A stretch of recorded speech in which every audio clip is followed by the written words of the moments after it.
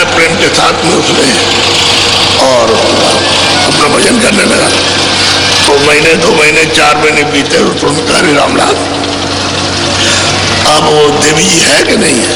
क्या लगे आप नहीं है, अब तो आप ही आप दिखाई देते हो। तो कह लगे देख तू 300 रुपए की पकड़ पकड़े हुए था, ये मैंने उसके नाम से खर्चा किया तो भी बैठी रहे, अब तूने मेरे नाम से इतना खर्चा कर दिया तो अब नहीं मैं रह गया, अब वो चले गए। तो आप पकड़े रहते हो, इसलिए तो ये देर लगती है आपको। अगर एक तरफा हो जाओ तो काम जल्दी बन जाए। तो उसको मतलब ये है कि बस डरते रहते हो, कभी इसको डरोगे कभी को लोग क्या कहेंगे, रोक लेती है। अरे तो सच्चा भजन है, आत्मकल्याण का, इसमें क्या है? ये लोक प्रयास में लोक नीति मेरे साथ जाएगी। अरे जो हम भजन कर लेंगे, जो उसकी कमाई करेंगे वो हमारे साथ चलेगा, बाकी तो कुछ जाएगा नहीं। तो आप लोक नीति से डरते हो कि लोग क्या कह देंगे, कह रहे तुम पहले ये करते थे अब ये क्या कर रहे हो। तो आदमी डरता है, भय लगता हो तो लोग क्या कहें, उसकी शर्म की वजह से सच्चा रास्ता छूट जाता है। इसलिए मैं आपको बात बताता हूँ कि कभी महात्मा किसी का खंडन नहीं करते, किसी को नहीं, और सब यथावत सबके लिए बताते हैं और कहते हैं भाई जिसका जो काम है वो अपना अपना काम करते हैं। आपकी बुद्धि इतनी प्रखर विशाल बुद्धि नहीं है कि हर बात को पकड़ लेना, समय लगेगा। सुनते सुनते जब पकड़ में आ जाती है तो सबका निदान हो जाता है, निकल आता है। इसलिए आप मोटी बात को समझो, ज्यादा महीन बात नहीं कुछ भी, और हम सरल सीधा मतलब होते हैं। तो आप आज बहुत चले जाएंगे। लेकिन जिले के प्रेमियों, ये जो रावटी और बिजली और ये बांस गड़े हुए और पाइप की लेन बिछी पानी जा रहा, इसकी थोड़ी सी आप 1 दिन 2 दिन मदद कर दो, सब उखड़ के आ जाए और ये फिर काम में आएगा तो ये रख दिया जाएगा। तार तार में चलाएगा और जो कुछ भी होगा सब वहाँ आ जाएगा। तो यही फिर लग जब आएगा कार्यक्रम होली का तो लग जाएगा। इसलिए ये सेवा करना आप सामूहिक सेवा है, सबकी सेवा सबके काम आती है। कोई मेरे अकेले के लिए तो है नहीं, सब जो लोग आए सब के सब उससे लाभ फायदा उठाया और मतलब जा रहे हैं तो वो लगा तो रहेगा नहीं, टूट जाएगा, कोई निकाल ले जाएगा तो व्यवस्था बिगड़ेगी। इसलिए आप उनको रोक लो, और कहीं गड्ढा हो गया हो उसको जरा सा ऐसे पूरा मट्टी डाल दो, गड्ढा पूरा हो जाएगा, ताकि किसी का मैदान हो तो ये ना समझे गड्ढा करके चले गए, बराबर हो जाए तो लोग खुश रहते हैं। इन्हें ऐसा नहीं है कि खुश नहीं रहते, वो जानते हैं कि आते हैं और फिर अपना ये सब करके और फिर चले जाते हैं, कोई परेशानी नहीं। तो ये सेवा थोड़ी रह जा, अब की बार अब जल्दी नहीं आया और मैं इधर तकलीफ में था, नहीं तो मैं दौड़ करके सब करा लेता।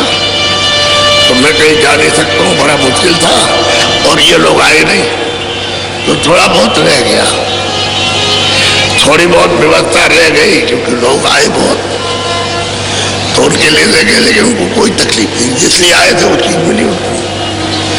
जब जो चीज आए हो तो थोड़ा बहुत सहन भी कर लेते हैं कि भाई हम किसी चीज के लिए आए तो हमको मिली है।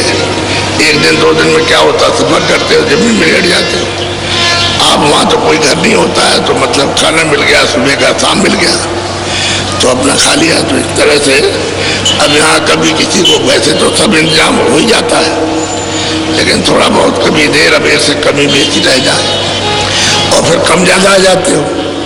अब गिनती के उतने आओ तो ठीक है, उससे दूने आ जाओ तो हो ही जाएगा, तब तो थोड़ा बहुत गड़बड़ हो जाएगा, जब दूरे रहोगे और रुकते रहो तो टूटने को व्यवस्था है। अब जो इंतजाम करने वाले वो देर में आए होगी तो जल्दी जल्दी में, तो इसलिए थोड़ा बहुत मदद कर दोगे संगत की तो ये सब सामान आ जाएगा, फिर आप चले जाओ, तो रोकते नहीं है। बाकी लोग और क्या हो जल्दी से, और जो काफले में जाना चाहते हो अपनी तैयारी कर लो। यहाँ पर 1 दिन तो पूरा यहाँ आने में कि यहाँ आ जाओ, 1 दिन पूरा आराम कर लो और फिर चलते ही रहोगे आप। जो 30-35 दिन चलोगे सुबह शाम, तो जो चलते रहोगे उसमें चलते ही रहोगे। उठ उठो बैठो उठो बैठो, बस ये है, बस चलते रहोगे तब काम पूरा होकर के आएगा। जैसे अभी काफिला हुआ, सुबह शाम चलते रहे, किसी किसी को 2 सत्संग नहीं मिले और किसी किसी को 3 नहीं मिले, क्योंकि वो पहुंच ही नहीं पाया वहां पर। वो चलता रहा दिन भर और रात भर चला, कहीं सो लिया होगा रास्ते में, और चलते ही रहे तो 2 से 3 सत्संग टूट गए, तब जाके मिला।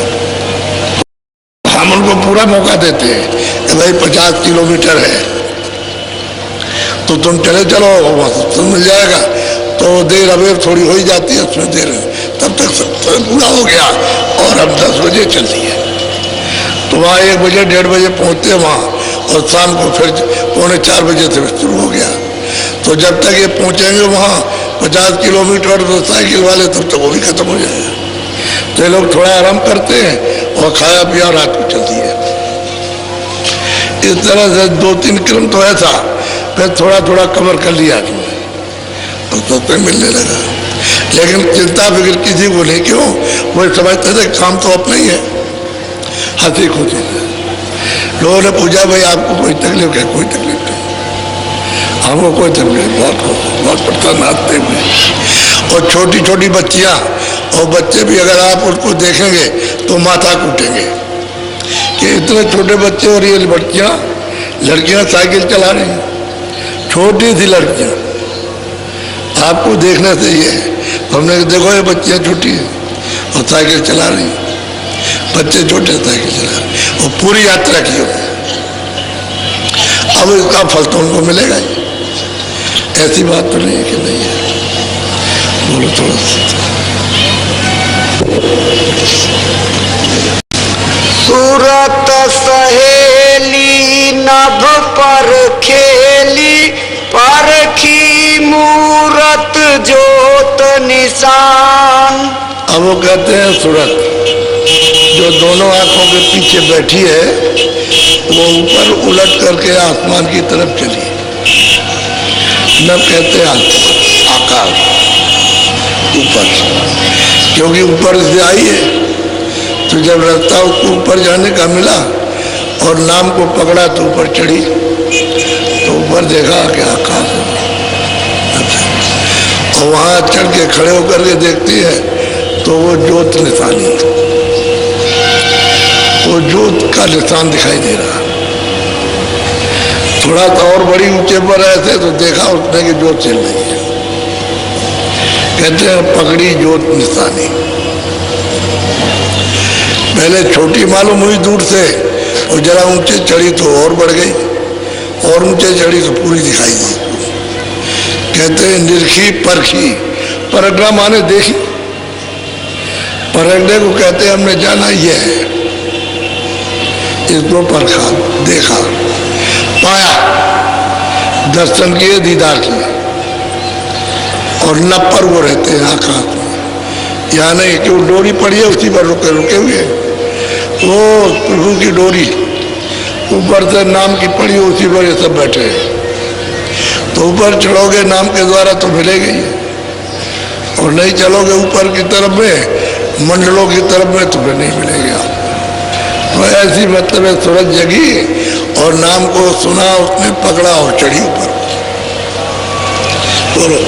आगे पेली धुन संग मेली, शब्द गुरु का पाया ज्ञान। कहते आगे चली और शब्द मिला, उसमें रली, यानी उसमें मिली लग, और तब उसने ये गुलशन गुलजारा देखा। तो कहते हैं कि गुरु का सच्चा निशान पाया कि वो नभ में आकाश, नीलगिर पर्वत है वहां बैठे हुए, वो सच्चा निशान मिला। वो कहते हैं सूरत में, लेकिन कब पाया?